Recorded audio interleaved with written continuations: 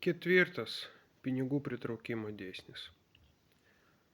Jeigu įdomu, dėkite patiktukus, dalinkitės ir žiūrėkite toliau.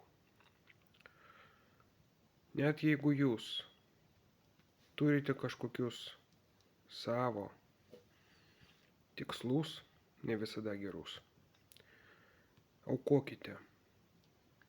Paduokite tam, kas prašo. Pinigai sugrįš dvigubai, trigubai, dešimteriopai. Tai ne versija, tai realios žinios, reali informacija. Kuo jūs daugiau duodate, tuo jūs daugiau gaunate.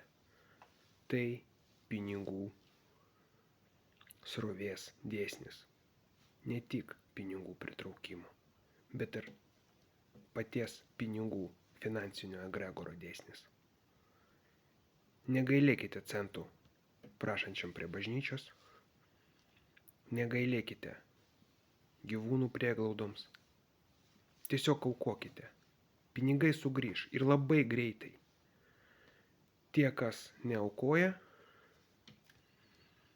tie nemaitina egregoro, o egregoras turi būti pamaitintas visada.